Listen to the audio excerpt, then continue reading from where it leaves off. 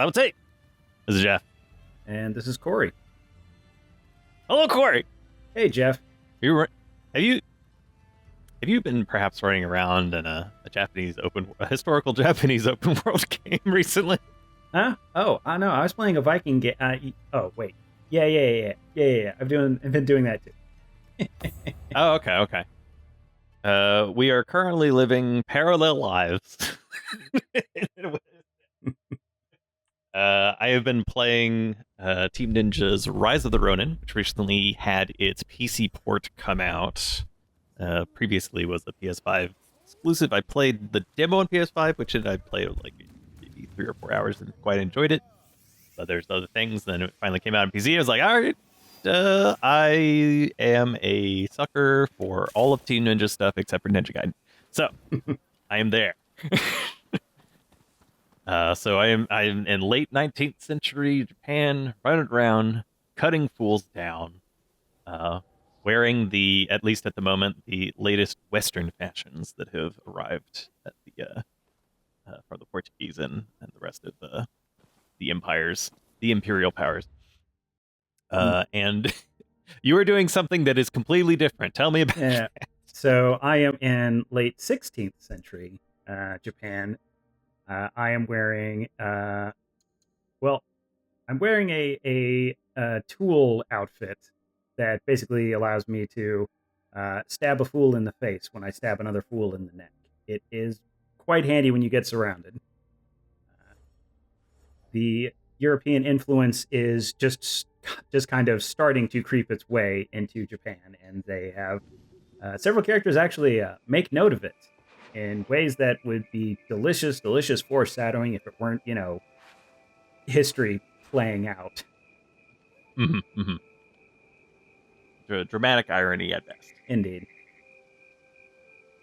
These are both as kind of the very similar types of games. I guess the kind of more meta joke would be that it took Assassin's Creed so long to do their Japan game that like Koei Tecmo in the case of Rise of the Ronin and also Ghost of Tsushima Sucker Punch in the interview.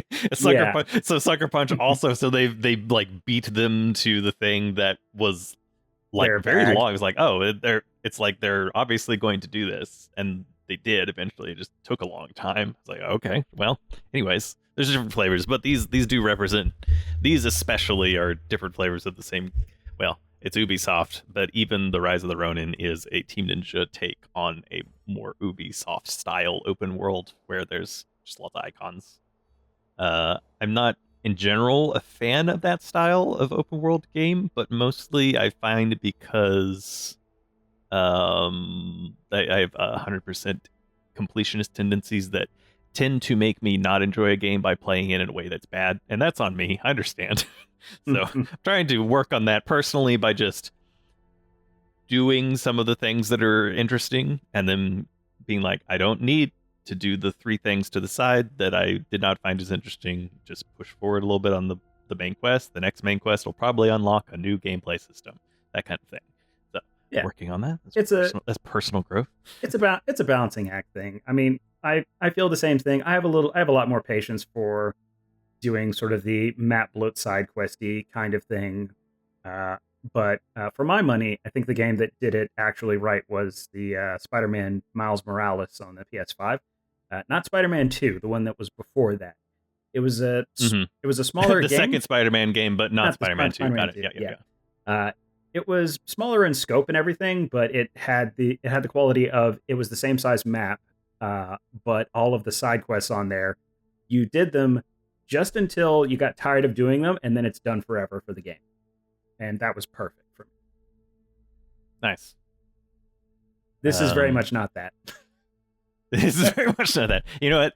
Rise of the Ronin, also not really that either. I'd say that for the thing that pulls me towards the game most, especially since, like, you ask yourself, straw person, Jeff, if you are not into Ubisoft style open world games and the setting of a historical Japan is not necessarily your favorite, then why the heck do you keep playing Team Ninja games? Excellent question. And it's an excellent question. Okay, for the sake of full disclosure, it is because the combat is good though. It's so good. You do slice and kill, and then blood come out and number go up, and I'm like, yeah. This is an interesting video, or this is an experimental video because they're so similar. I kind of want to do like an A/B comparison. So you mentioned, while we were setting this up, that there's equivalent of like go to a place, there's some dudes to stab, and then once it's cleared out, a little checkbox goes off, and the endorphins go in your brain. They're like, yeah. So, in fact, it is Osaka Castle. Okay. Basically, you have areas around here. Most of them are castles, though, where essentially there are 3 big dudes walking around somewhere, and you just need to kill them. Well, there's 3 big dudes in Osaka Castle that I need to stab. Once you stab them, you then get the keys to a legendary chest, which usually has experience and some pretty decent armor inside of it. And might also be some collectibles there. Okay, we'll see it. Yeah. That all sounds really, really familiar. So, yeah, all that's missing is the tiger and the fresh bait that I can throw in to lure everything in.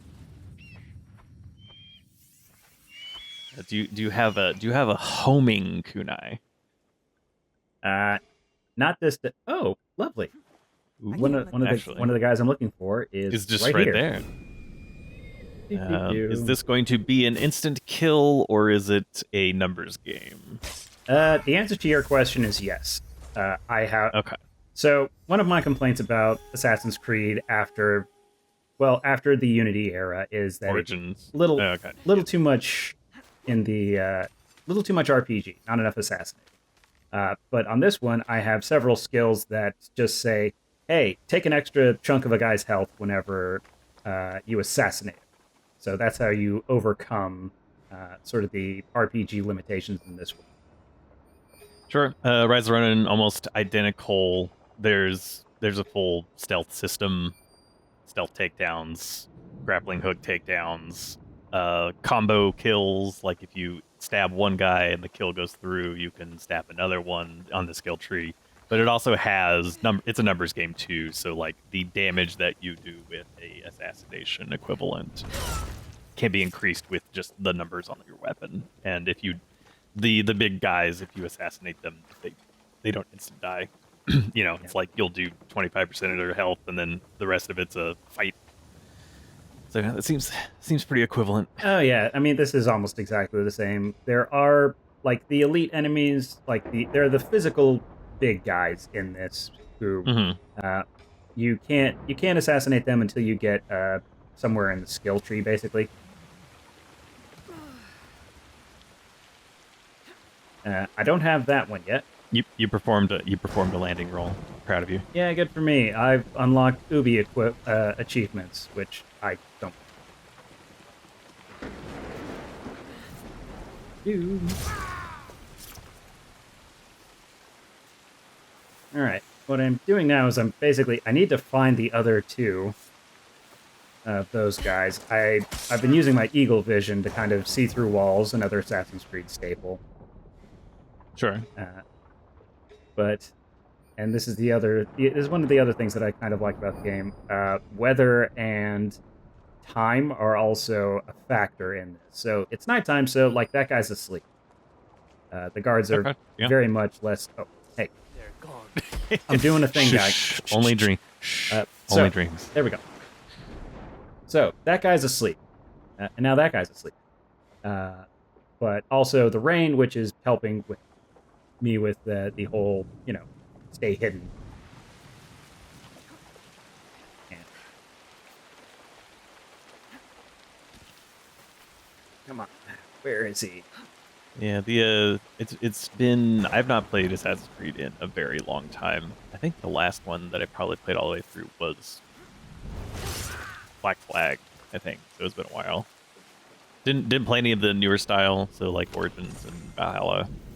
Yeah, I mean they were good, but I just missed mostly because I really I really enjoy the bizarre meta story, but they seem to mostly it turned into the bad version of a mystery box to me, where it's like, oh, okay, there's no forward momentum, there's no like actual plot. It's just what's a mysterious tease that can happen in a 4-minute cutscene at the end of the 100% of a game that comes out every 2 years.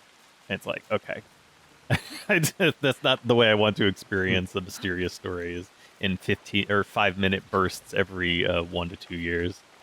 Now, I won't say that they've gotten better about that, because they haven't. In fact, in some ways, they kind of got worse.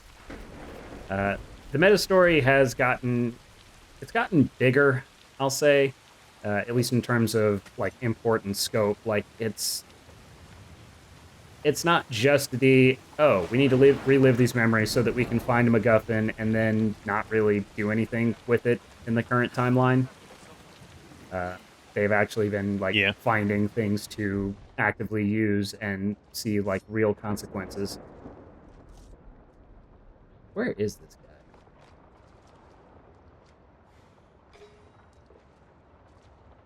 Nope. Not him. Not him. Ah, there's one. Can I make it? Yes. Nice.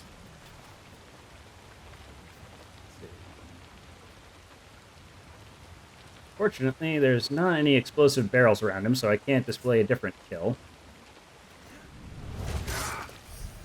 Uh-oh. Nothing happened. Is that sound of unmitigated success? That was mastery point.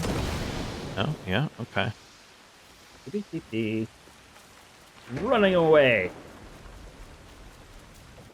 The music that I'm hearing is rain. Lots of rain.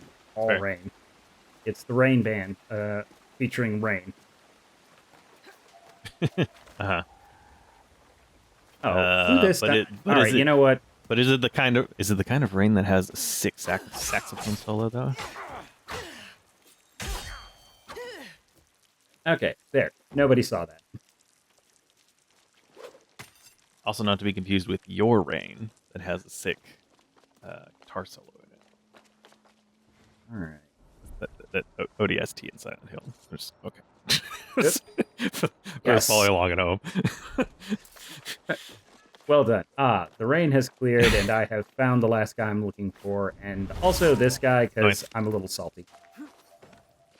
Okay. Sometimes it just they don't need to die, but they have painted a target on themselves anyways, you know. Okay, now that I've killed the fans, I can go and get the treasure chest, which is the animation in the Assassin's Creed games is probably the best in the industry. Still always impressive.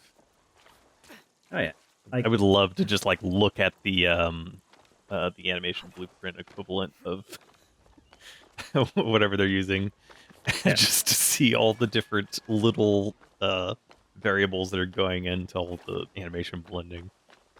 Yeah. Like I remember the first Assassin's Creed just being impressed with how much it was just like ready for you to try certain things, like riding on horseback and then jumping into a bale of hay as a bunch of other guys sort of speed behind you, and like not missing a beat on any of that. And every time the hands and feet go to slightly different spots, I'm like, look at that. Neat. Oh, there's a guy there. That was taking a long time. But there's obviously there's a deuteragonist, right? Naue and Yasuke in this game, is my understanding, that based on what you told me, that you'd get a tutorial with Yasuke, but actually it's a long time before he shows back up again. Yeah, as I was making the comment earlier, but yeah, contrary to what the internet would have you to believe, based off of their reactions, it is 2 minutes of learning how to fight with Yasuke in a unrelated fashion to all of this, and then 12 hours of not being able to play as Yasuke. Okay. I would just recommend not paying attention to the internet. Oh yeah, usually good for mental health reasons. The I did notice that, like so obviously now A is the capital A assassin, but also the little A assassin because you're sneaking around, you're doing stabbing. But what is the actual combat options that you have, like blocks and parries and riposts and stuff? Yep, basically, White Spark. White Spark is just a regular block. Blue Spark is a combo sequence block.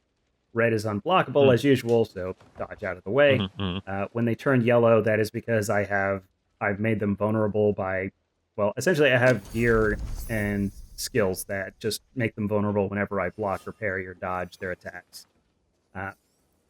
So that is the completion of this area. It doesn't Very good. It doesn't convert over into, it's like, oh, they're all friendly now. It's like, no, they will still kill me on sight. Well, yeah, for combat you've got katana, and then you've got like a secondary weapon. Well, you can swap either of them. You also have the kusanarigami. I just got this one. I still don't know how to fight with it just yet, so I've stuck to basically the short sword, which is how you deliver status effects and weakening attacks.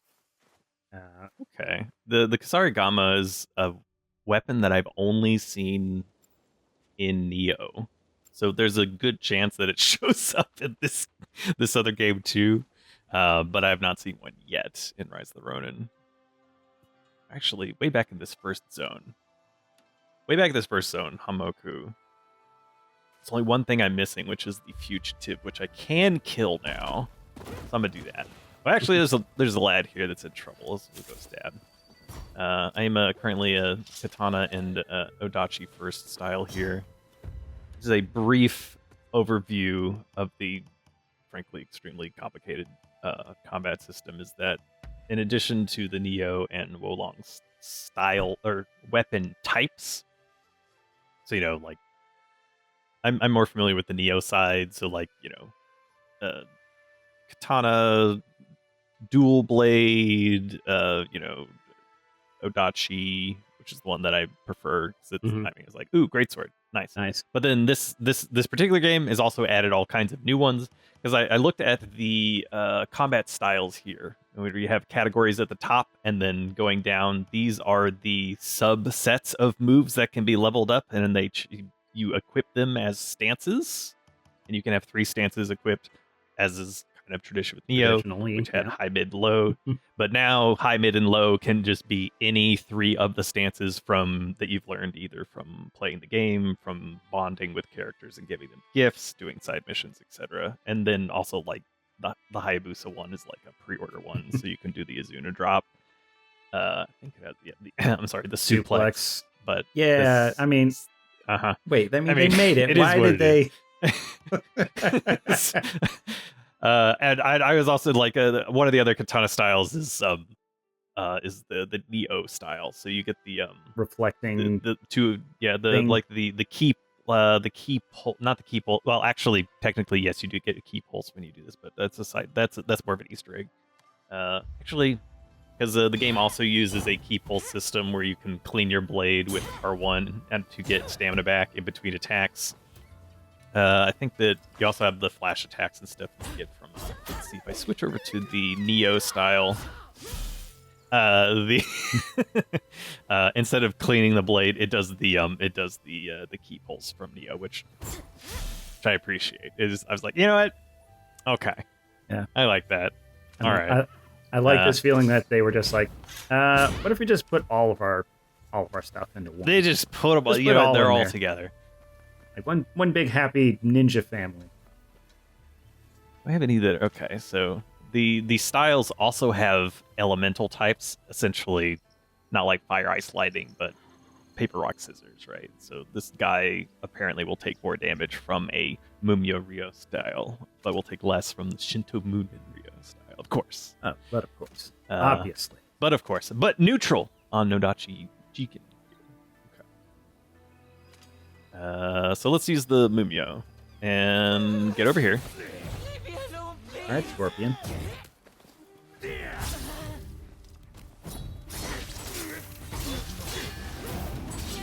Nope, don't want to fight multiple people. All right, that's at least somewhat similar to the game, or at least for Naoe. The 2 minutes I spent with Yasuke kind of, well, he's a bruiser. You can tell by just the trailers, but like the opening segment with him is like, there's a door. If you just press in the left stick, he'll ignore it and run through it.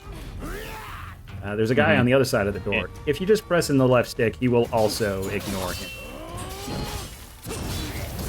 Okay, got a killing blow for one. That running grab attack sucks. I want to be in the middle. Killed me. Let's try this again. I want to try. I don't want to fight multiple people. I can't if I can avoid it. So let's see if we can pull one or two at a time.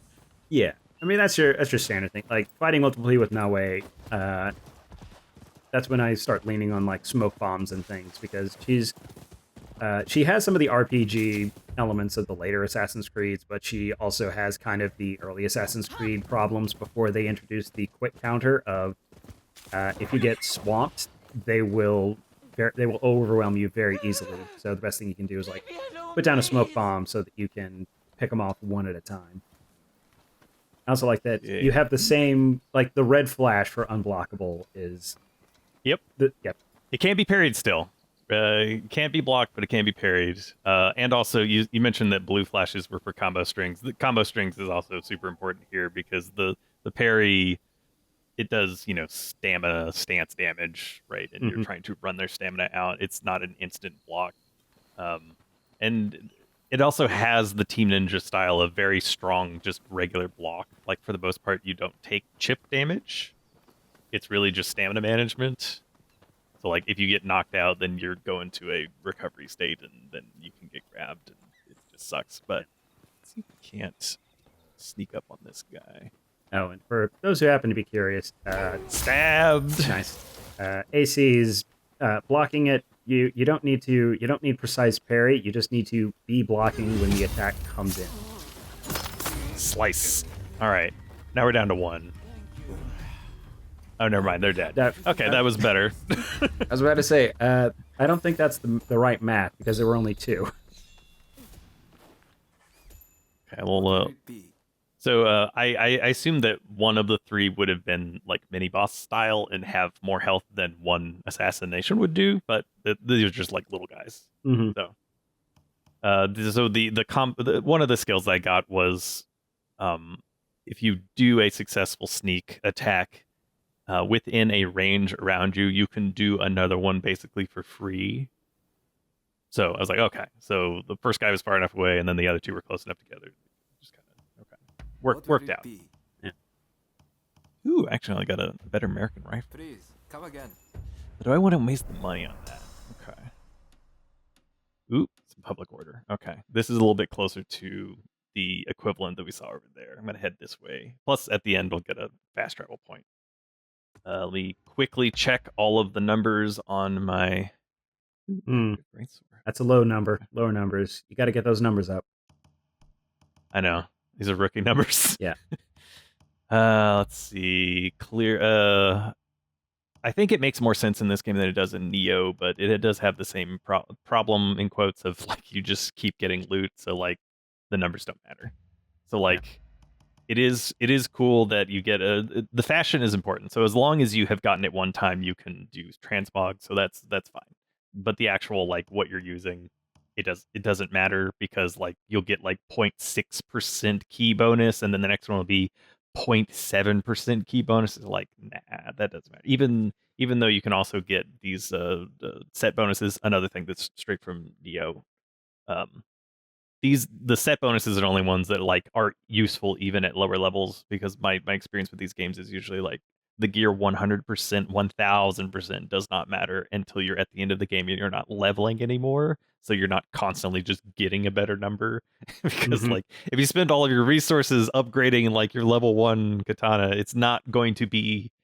You could spend every resource in the game on it. It would still be worse than the one that you get from just playing the story and 4 hours later. So anyways, that's the kind of thing. So I mostly appreciate that the numbers are here, but I ignore almost all of them. So. It's actually like remarkably similar in AC. Like you don't get nearly as much gear, but it is still a fair amount. But I've unlocked the forge. The purpose of the forge is you can upgrade any piece of gear you've got to be at your current level. It has far it has had the intended effect of I had a pre-order sword that was really good, but it was only like level 3. I'm now like level 14. But I can take the pre-order sword up to 14, and its damage is still comparable. The side effect on it is why I kept it in the first place. Because I mean, if I have a sword that's like, has a 100% chance of inflicting poison, but it doesn't deal as much damage as the sword that, just deals damage. Which one do you really choose? Now I don't have to. I can make the poison sword actually keep up with damage the entire way through. So wait, go, F. I was gonna say like, we'll stop. We'll kind of like look over the view here, and then whatever. Okay. As you have noticed by the UI, it is being very explicit that there are 5 little enemies and 1 big enemy in this zone. Indeed, and they're all looking at you. If we kill the big enemy, that will. Actually, it might not be the case here, but sometimes only killing the big enemies is all you need, and then the rest will be like cleared out automatically. I think maybe this will just be a case where you have to fight off everyone, but you can fight if you do kill the large enemy. It's like a morale detriment to the rest, so I think they all just like take a stamina hit, like a permanent stamina hit. I think something like that. It is also very amusing to me that the leaders aren't just people. Sometimes it'll be like, that big boar over there, that was considered one of the enemy leaders. The morale is down. It's like, they're like, not big boar. They killed our mascot. Run away. I'm going to pretend to be sneaky. You know what? I don't want to be sneaky. I've got a rifle. Let's just shoot some people. Okay. All right, come at me. Come on, dog. Nice. Goodbye, puppy. Let's see. Now my sword's on fire. You have done well. They've made mistakes, is what I'll say.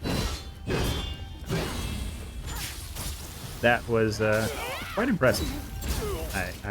I really liked that. It's only got come on, come at me with an Adachi. What do you got? A little market delay on there. I don't want to stand inside there. Okay. Or okay, he's coming at me. I'm gonna do it. He didn't unblock. I didn't do it. Last second. No, okay. He's doing it again this time. Okay, it's later. It's too early. All right. We're gonna get this. Come on. All right. Here we go. This later. time, first try. There it is. That's the one. Okay, this is a little bit more successful. Put that one on the reel. Cut the rest. Mm-hmm. Oh hey, he forgot. I stabbed him. I forgot what was happening. Blech. I have died. Still 2 little guys and a large guy. Maybe that is the large guy. I mean, he's got the mission marker on it. Oh, there's another dog. All right. Well, time to go do some dog rides. Also, I have transmog on. I will briefly remove it so you can see my clown armor. Okay.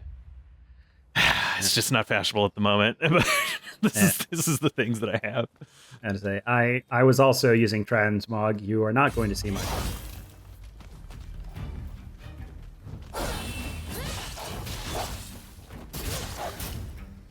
Okay.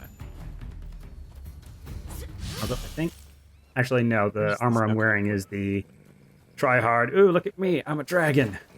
Armor, which is just. Yeah. Okay, there we go. Oh, there's that. Oh, it's a lethal strike, but I have more number HP, so it wasn't lethal. Oof. Overhead strike. Delayed. Okay, let's do some Odachi. Oh, he's throwing fire at me. Okay, all right. See what you're doing. Oh, the running grabs suck in this game so much. There we go.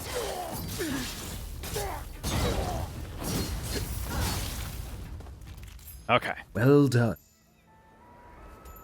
We do get a little tiny little cutscene where it's like public orders, and then there'll be NPCs milling about instead of NPCs that have health bars.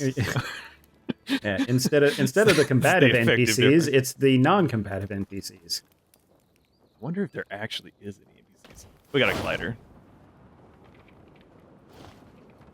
Sometimes he's got to glide around. He's got to bust it out. Let's see. Did anyone move back in? Maybe this place was just too crappy. That's all right. It's a fixer upper. Put some stuff in my pocket. Put some iron ore in my pockets. We do want to get the although you don't technically go to a tower and see everything around you, there's a lot of veiled edge banners that are on top of towers, and then once you get a banner, which is a fast travel point, it unlocks some nearby things. Mm-hmm. So I'm gonna say that's the same. It's not technically the same. Yeah. It's the same though. Yeah, I mean, they basically in addition to the eagle perches in Shadows, you also have kind of like these sub hideouts that you can buy that unlock fast traveling. I think it's mostly because the world is still freaking huge, and most of the time the eagle perches are in inconvenient locations like enemy strongholds, where they don't despawn the enemies even after you clear out their entire leadership chain. We were talking earlier that yes, naturally there is basically an equivalent in both games of it's the relaxation point where you upgrade things and talk to people. Yeah, so this one here. This is the sort of like main office that you've got, and you have a little diorama here where you can use to improve the hideout.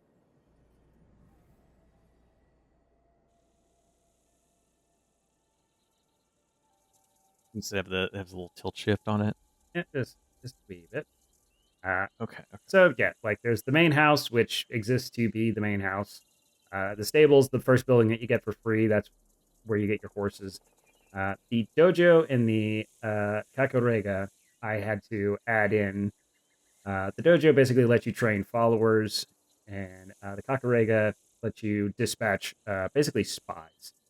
The game has this kind of interesting approach where when it tells you it's like, oh, you need to find this guy for the story, it doesn't put a waypoint directly on where he is.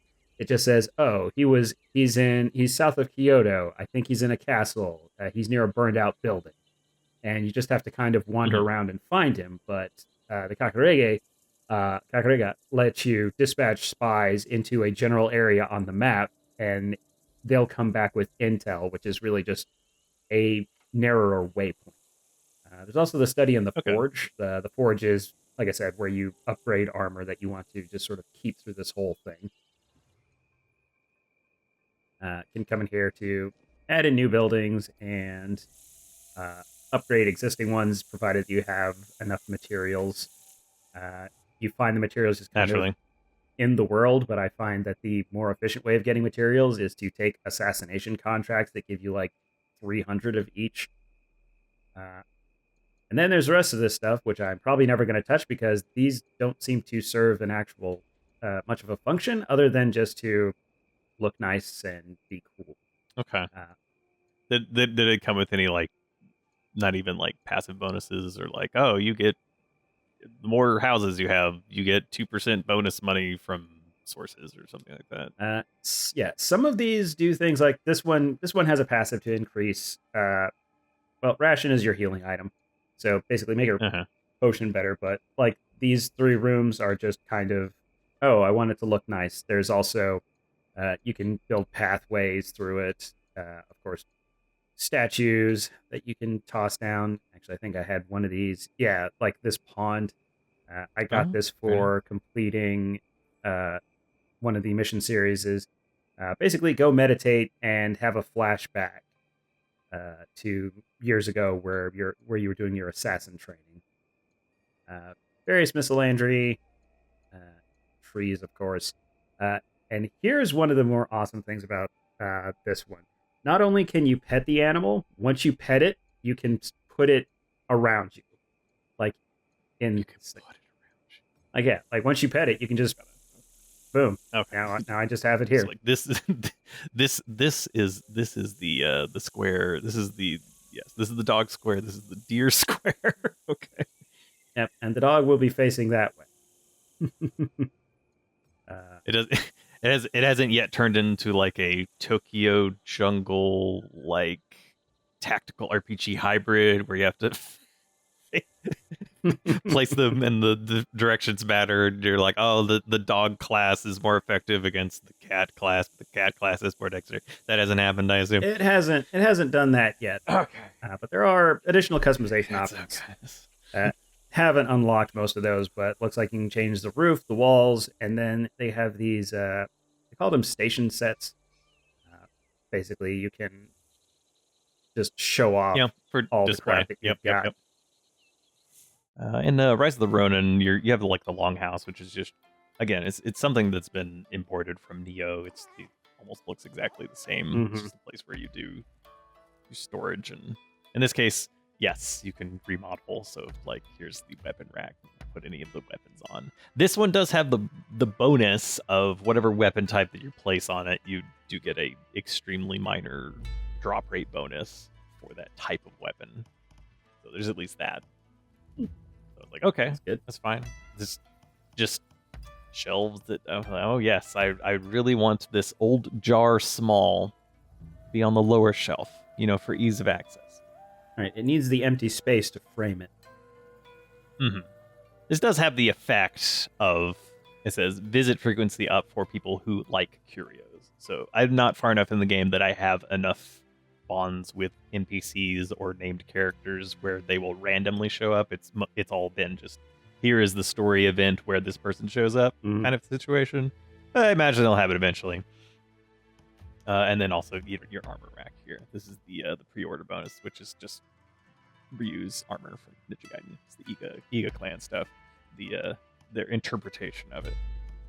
This is also where you can do transmog. You can actually just completely change your character appearance too, which is nice. It's not just limited to like hairstyle or whatever. And it actually the full there's thing. Actually two. Technically, in this game, you make two characters. Because the plot line wise, the Veiled Edge are an assassins, like twins. Basically assassin twins. They work in pairs, and the tumultuous intro is losing one of them in quotes, but the other one clearly still appears in the the opening movie, and the main quest is to find them. And so like, okay. And also you had to go through the whole introduction playing as both of them, and then at the end you choose which one to become the protagonist that you follow, and the other one disappears from the story for a bit. So anyways, but you can make two characters, but you can just change them at any time, which is nice. So it's like, oh, I've completed a mission. Something that's very important is fashion, and when you complete missions, be able to change your hairstyle, because sometimes you're like, I need a hairstyle. Yeah.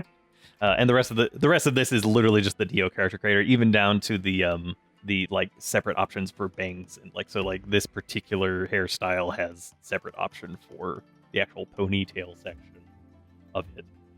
And you'd save your presets and whatnot. I'll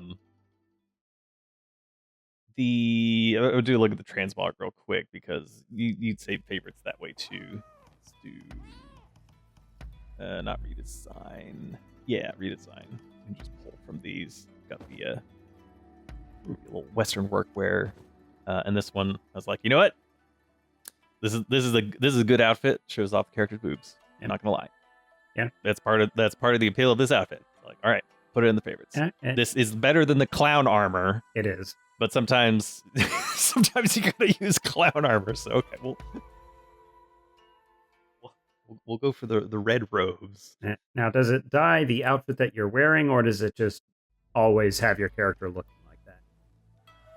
It's always you have one transmog appearance, and then you have clown armor.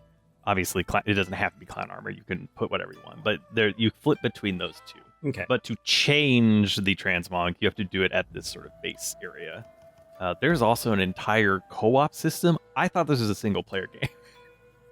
But no, they left nothing behind. Let us say, it was in the other ones.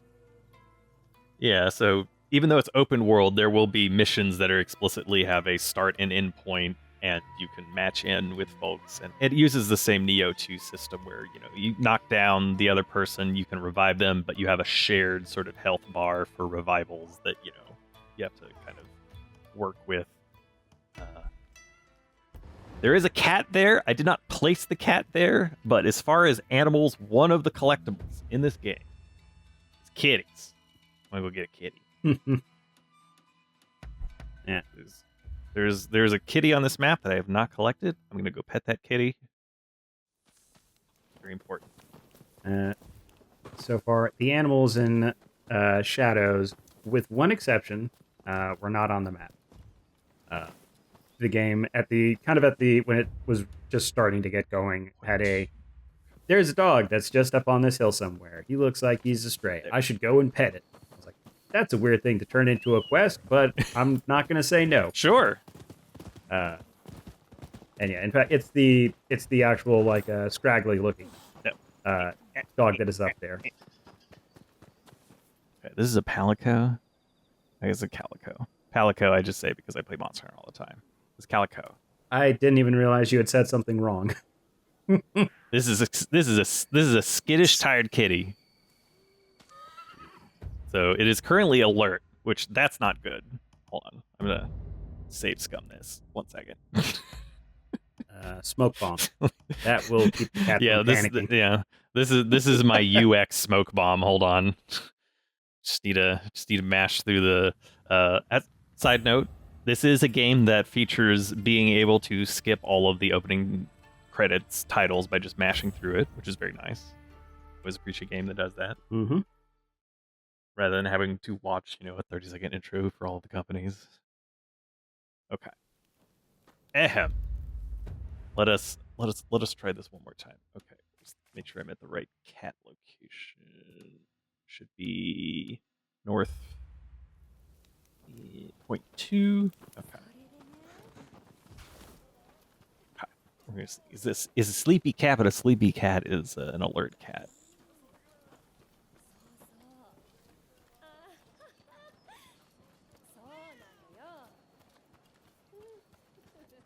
Sneak. Pet. Surprise. Meow. Meow. Found a cat. Total 14. 14. Apparently, cat. The cat icon is +3. What does that mean? I don't know. Sometimes when I get a cat, it has like a mouse minus icon. So I was like, is this Dishonored? Is there a plague system? I don't know. Oh boy. I don't know if either of those questions need answers. It's like got pet, cute little kitty. The end. Yeah, I like to think that someone just decided to do that and was like, yeah, it'll just play plus a random amount next to a cat icon. Well, what does it actually mean? What do you mean? What does it mean? It's +3 cat. What else do you need? Like plus cat has gone. Cat increased. Like yeah, okay. Cat plus You're plus. Right. Yeah. If I kill this guy, he only appears at night. I will get a number of rewards, including the area completion reward, which is dex points, which is used for the skill tree, which we didn't even look at because whatever, it's a skill tree. You understand what a skill tree is. Yeah. So, but you would get a dex point, and also for this particular fugitive, it comes with a new combat style. So this would be a new saber combat style, the British training. It's where you go kill an imperialist.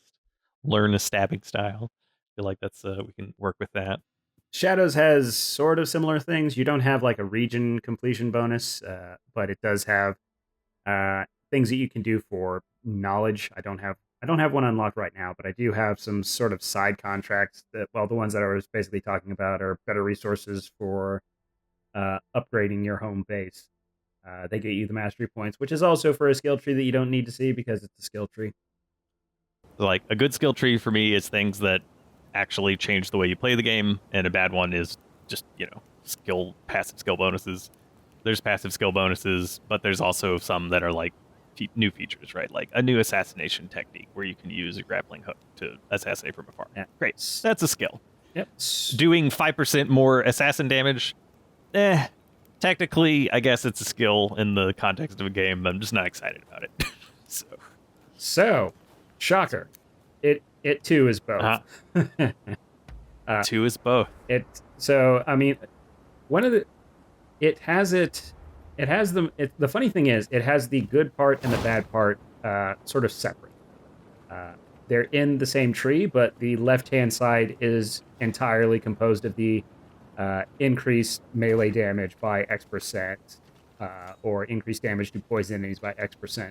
But then everything else to the right on all of the trees is the actual, all right, now you can whip a guy around with the Kusori Giri, or you deal extra damage to anyone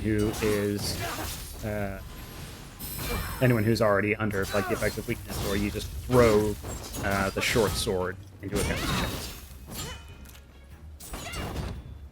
So both good and bad. Dang, ran me out. Oh, he's got pocket sand too.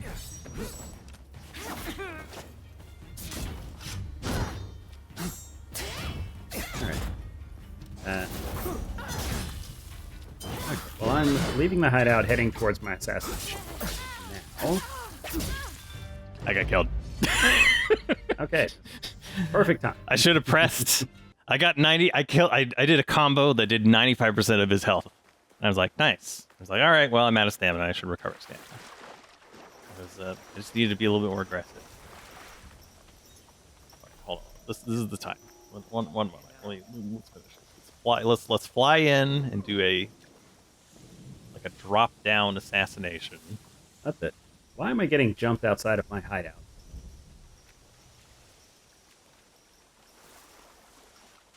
Okay. All right. This time.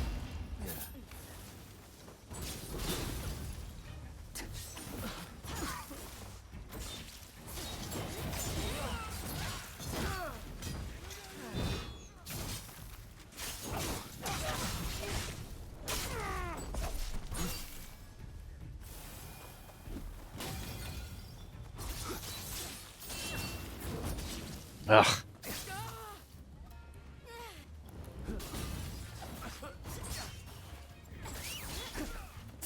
Oh dear. 4-hit combo. Okay. They have crucified that man. I should probably do something about that. One moment.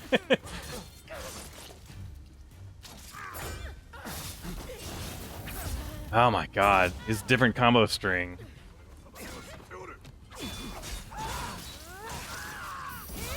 Okay. Got him. Being able to parry through these folks All right. can be very hard.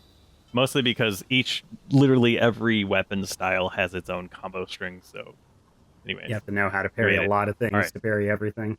Yes.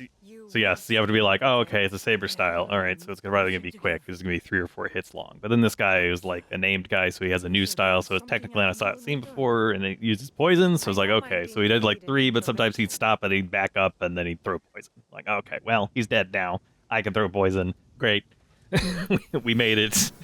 It's not as satisfying as doing just like a full combo that just kills them, but try and get better at it as we go. All right. Yeah. Yeah, so I have accidentally done one of the other new things that they have in here. Instead of going up to an eagle point and getting information on the map, I randomly rescued a civilian who's like, oh, I can't do anything for you. And she's like, oh, you can give me information. And so he puts a little marker on your map for a mysterious activity that I can now just go and find. Mm-hmm.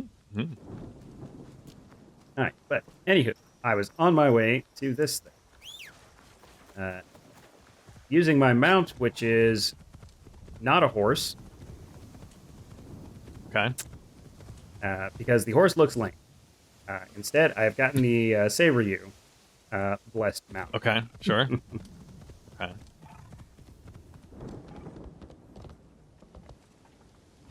All right, now I believe It's a very horse-like mythical dragon for sure. all right. I believe this is a steal all they stuff. Yep, they have lots of stuff in there. Steal stuff, but not necessarily kill. I imagine they'll probably die anyways. But I can't get caught. is there like bonuses for like not murdering everyone if it's only stealing, or does that not matter? If there are bonuses, they did not inform me of any of them. Fair enough. I will say that something that Rise of the Ronin does in these little encampments and side objectives is that there will occasionally be captured NPCs that you can let go and will fight on your side as just computer-controlled allies. And it seems like some of them are not randomly generated, but they seem to be like pulled from like other character data sometimes, like people playing the game. Just kind of neat. It does have a full helper system. Since the missions, which didn't actually look at, can be played co-op either with NPCs because we're just randos online. Oh yeah, I haven't been using this either. Ooh. I keep forgetting that I actually technically have like special abilities. You've got a stinger this whole time. You've been holding out on. Yeah. Well, I mean, it doesn't do stinger damage. Like what it really does is it automatically kind of like block stuns a guy, and then leaves them in a vulnerable state so that your follow up can deal extra damage. And yeah, this is the manual collecting of garbage I was talking about. Mm-hmm. As you can see, you don't really get nearly as much as you would for just completing this mission. I think that is... Yeah, this place is done.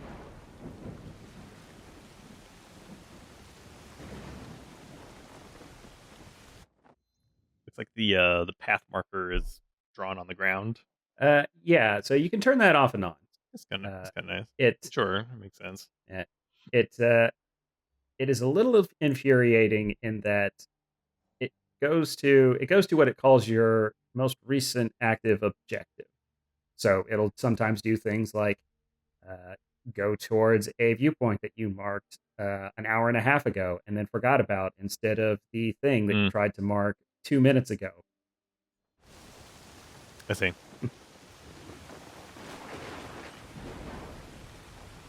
That's okay. It's got good weather effects. I'd say that graphically, Shadows does look quite nice, but also systematically, there's also some overlap, right, with the dynamic day-night and weather system. So yeah. There's also seasons. It's in the kind of upper right corner of the map. I haven't figured out if it's. I think that's just plot. It doesn't advance the plot. It basically gets you your scouts back because. Oh, I can't remember if I mentioned that, but like, yeah, if you spend scouts to get intel, they won't be back until the next season.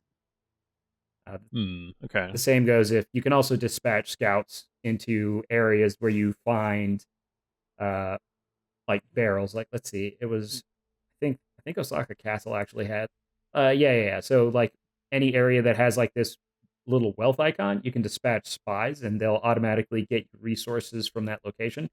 But it'll occupy, so far for me, it'll occupy 2 spies for an entire season in order to do it. Oh, okay. I assume you just don't have access to a huge network yet. Yep, that's why you gotta upgrade the hideout more. So, okay, fair enough. Yeah, started with 2 spies and now I'm up to 4. I will say that the storyline of Rise of the Ronin, I love narrative in game, but it is also conditional on genre. That's right, expectations, right? Mm-hmm. So I do not need a good story in a Team Ninja style fighting RPG looter kind of situation. The fact that I think that Nioh and Nioh 2 especially are very good, mostly because it's just another fun, just like jaunt through mythical history. So you can always have that, even if the individual stories of like, oh, I'm not really super concerned about the war of Amrita in this particular zone, but you can. So the long-winded way to say that the boilerplate like tumultuous political situation and personal story of an assassin whose very close bonded twin is possibly dead, but maybe evil, but maybe not.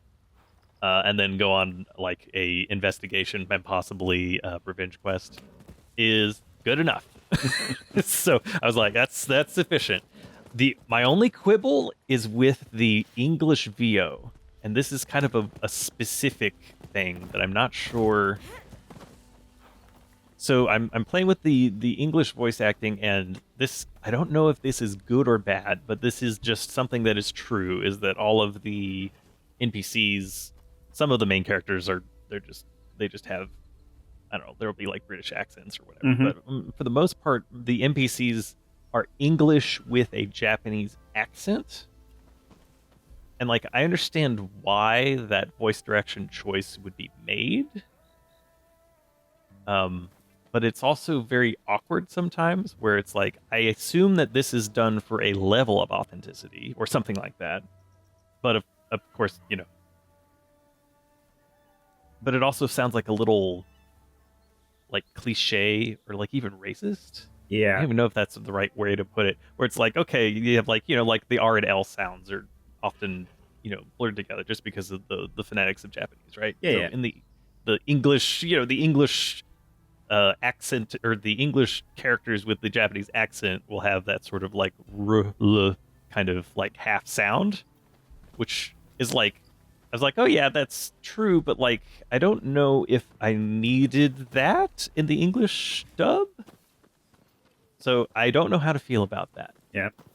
It's a little strange, because some of the characters do just like, one of the main characters will be like, oh, it's just like a British accent, because it's a main character that'll have like lots of dialogue lines. It's like, okay, so it's not like 100% consistent where every character has explicitly a Japanese accent or a regional accent for the time period. Obviously, I mean, there are some like actual British and French people and Portuguese people, so like, you know, having different accents is not unusual. But like the explicit choice to like pick certain accents for certain folks is like, I don't know how to feel about it.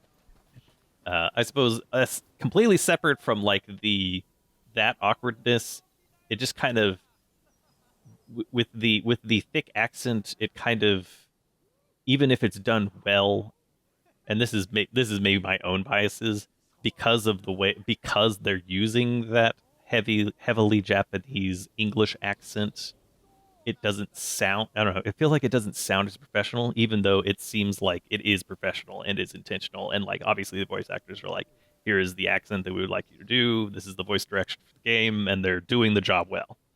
So I don't think it's accidental, it's just like, yeah, I don't know. I mean, it's definitely, it feels weirder. Yeah, it's definitely not, because Shadows does exactly the same thing. It's a little bit more consistent, it sounds like all of the accents are Japanese people speaking English, but still heavily influenced by Japanese pronunciations and sentence cadence, and like that little bit of structure.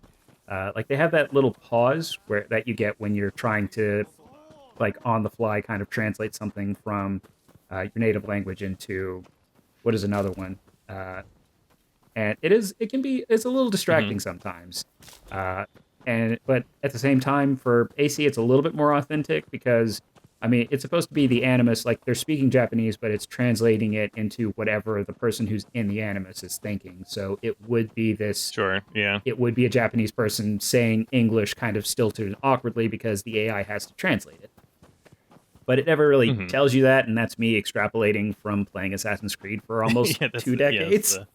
That's headcanon, and it might be canon somewhere. Oh no, it's canon. It's canon, so. But it's just it's canon from so long ago that I'm actually just kind of surprised that if they thought of it, I mean, good on them. Otherwise, wow, what a happy accident. So the opening to the game, though, is kind of hilarious, because it opens with the Portuguese Christians bringing Yasuke to Oda. And they're speaking Portuguese, like actual Portuguese. Until it's time to talk to the Japanese people, then they start speaking Japanese, but it's English. Yeah, okay, that's kind of funny. I mean, you got to make those choices at some point. Yeah, it's just like the first things that you hear in the game, or the first things that you hear once you're in the time period, I should say. Yeah, it's all Portuguese, and then Lord Obunaga would like to see you. I'm like, oh, English, Japanese, Okay, all right, we made the transition to the different, or from the transition from the language of the time to the language of the consumer product. Yeah. that needs to happen for understanding. Yeah, I was fully expecting, like when I heard the Portuguese, I was like, oh, okay, they're going to do the Japanese and then subtitle it and then give you an option later on. But like, nope, just completely skip the Japanese. It's just Portuguese is Portuguese in the Animus now. But it still translates it in the subtitles, so yeah, I don't know. I got an orange spear, legendary quality. Get this whole world treasure chest here. The number is bigger, so it has now become my secondary weapon. Always do let number go up. I've been playing the single player, so I haven't been playing with like randos or anything. But I assume that there's a button that if I press or hold, I'd be able to get the like emotes. There it is. Hold start button. Okay. Because it's Neo, so you hold the button and there's a 3x3 grid with emotes, even though this is 90% single player game. Do I have just like a meditative kind of sit? Do I have a lie down? We'll do the sit straight. Okay. You know what? No notes. Perfect. The important thing is that the weapon is straight up. But yeah, if you enjoy what we do here, on the Jeff and David show, or Jeff and Corey at the moment, David is not available for today, so it's all right. Shall return. If you enjoy what we do here, you can support us on YouTube, all the YouTube stuff, like, comment, subscribe, etc., etc. You can also support us on Patreon. They give me monthly. Do appreciate that. All those things do help us out, help us to do more of these things for y'all. This was a bit of an experiment because I think it's like a split recommendation. Like these are very similar products, and like you just kind of have to zoom into the specifics a little bit and be like, okay, I want the graphics over here, like, or actually I want the fighting style over here. Actually, I really prefer cat collecting to Shiba collecting. You know, these are the important questions that we're here to answer. Yeah, you have to go into your soul to see the answer to. Indeed. Rise of the Ronin. AC Shadows. Now it stops raining, of course. You can see clearly now that the rain is gone.